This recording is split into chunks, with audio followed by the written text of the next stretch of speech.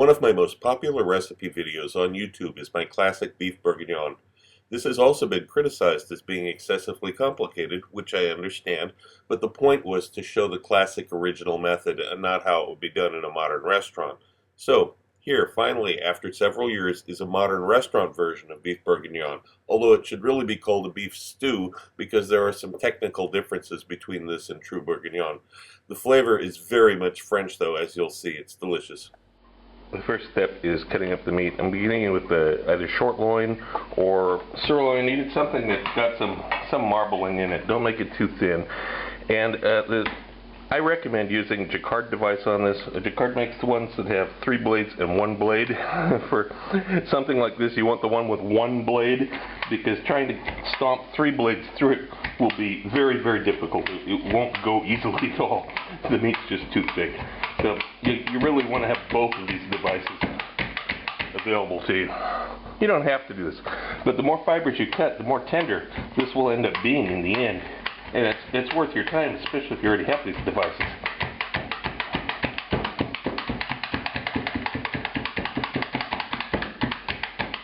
Okay. Now, also, of course, the grain runs this way, so you're using the Jacquard in this direction. Now, we begin cutting it up.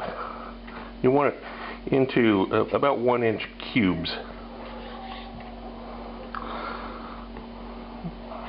This, and just go through and work your way across the rest of the meat. And if you run into sections that have huge amount of fat like this, just get rid of the fat. We don't need giant pockets of fat like this. And then we grind up the spices. I've got a teaspoon of dark brown sugar. Now I'm using dried tomatoes here. These are available in a lot of stores if you look for them. You just probably haven't seen them. You can also dry them yourself if you want. It's another topic that's mentioned in my second volume of my cookbook. I'm using green peppercorns in this case. You can use black. And I'm using coarse salt. The coarse salt is as an abrasive for the sake of the tomatoes, because those don't want to break up too easy. The coarse salt will help grind them. Then we have the meat that's been cubed up. I'm going to put the ground spices on, and also the herbs. I pre-mixed all those herbs that you saw in the listing there at the top. And then this is going to get mixed up by hand first. And then after this has been mixed, now we're going to add that tablespoon of flour and mix it again. I have a large skillet here, 28 centimeters. I'm heating about 22 grams of butter and 22 grams of oil. And I can let this come up to a bubbling point before we add the meat to it. The heat's on 8. Out of 1 to 10, it's on 8, because this meat is cold and it's going to be chilling it down as soon as it hits the pan. When the butter is starting to sizzle here, you can put all the meat in at once, because we're not looking to get that deep caramelization that we are sometimes. We're just looking to get nice brown on it. In fact, we want to be careful not to overcook it, because we've got these herbs on the outside of the meat. We don't want to burn them. So we're just looking to give it a nice browning here. Heat's still on 8 though, because there's a lot of meat in that pan and it's cold. After 3 or 4 minutes, you begin turning them over. Make sure that you get pieces brown on all sides. But again, not deep dark caramelization. We just want to get rid of the red. So this is going to cook for a total of about 6-7 minutes. That's all we're going to cook this for right now. Yeah, and about 6 minutes now, just under. And as some of the fat is rendering, you can see there's a lot more liquid in the pan suddenly. So I've got the braising dish here. What I'm going to do is I'm going to transfer this off to the braising dish next. Okay, here's the meat in the braising dish. Pan's empty. Of course. Now, I'm going to put these carrots and onions in. I'm not going to stir them around too much, because I really want to actually get some blackening on these. And I'm going to drain the juices from this fat from this braising dish back in here. I'll stir it one time now, because just to distribute the fat from this. And then I'm going to actually let this sit without stirring it for 2 or 3 minutes. Really want to get some deep color on these vegetables. Okay, here we are after about 3 minutes. I have not stirred the pan. It's still on heat setting 8 all this time. As you can see, we're starting to get some charring on those carrots and onions. I can give it a little bit more though. I'm just going to mix it around a little bit and let it sit for just a little bit more. Do it again. We've got some good dark spots on here. As you can see, this is starting to get quite dark. Now we're going to add in the passata, about an ounce, about 30 grams, and the paprika. So let's stir this around for a couple of minutes, get this going real good.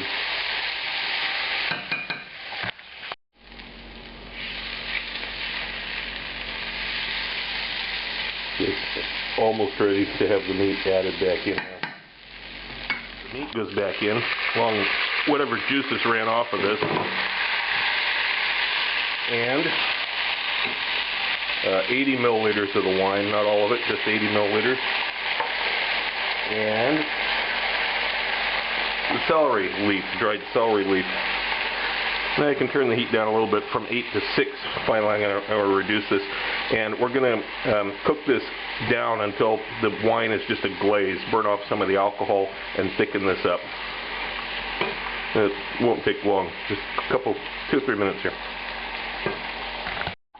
Okay, here we have it. About 2 minutes later, you can see that most of the liquid's been either evaporated or absorbed on the surface of that floured meat. And now this is going to get transferred to braising dish again. And here we have it ready for the braise. Now I've got, normally I use 1 bay leaf, but I kind of got a couple of small ones here, so I'll put 2 in. And a whole head of garlic. All I did here is I just sliced the top of the garlic off so that it's exposed. This is gonna cook along with it, as you'll see. And this is ready for the oven.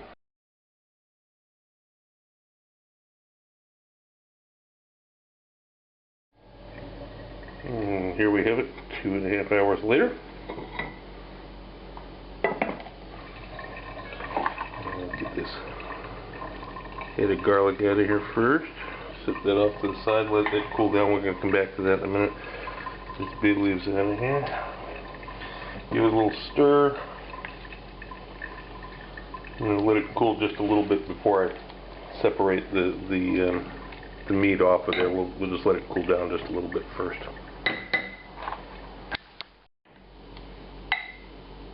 A few minutes later here, lift this meat out with a slotted spoon. Transfer this to a bowl. Now into non-stick saucepan. We're going to add all the liquid remains from this braising dish. And the rest of wine, it's 120 milliliters of wine. Now we've got this roasted garlic clove here. You need to take the back of a spoon, dig out these cloves, these individual cloves, and that's going to go into it. It'll take you a couple minutes to do it. Try not to get the paper in it. And you've got all that in. Stir it, begin reducing it. Now here's the point, you're going to add that demi-glace, a couple tablespoons of demi-glace if you have it. You don't have to, but it will give it much more richness and much better depth of flavor. Bring it up to a good simmer. And continue reducing this.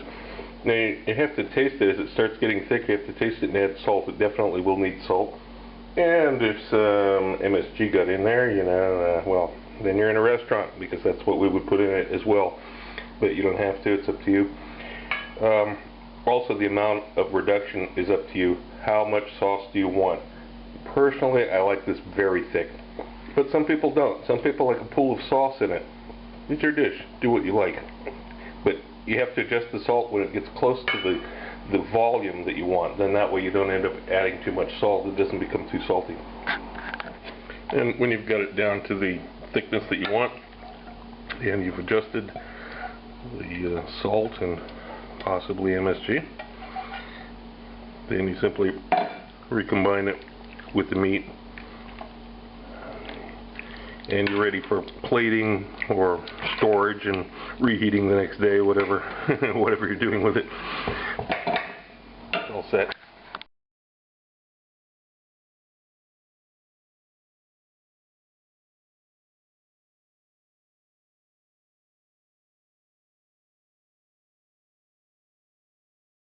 If you want to know more about my adventures as a chef around the world and have some great laughs along the way, be sure to check out the video tour of my book, 40 Years in One Night. It's up on YouTube right now. Click the link.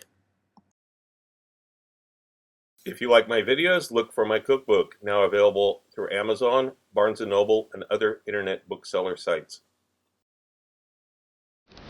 Also look for my cocktail book, Cocktails of the South Pacific and Beyond, Advanced Mixology, available through Amazon online.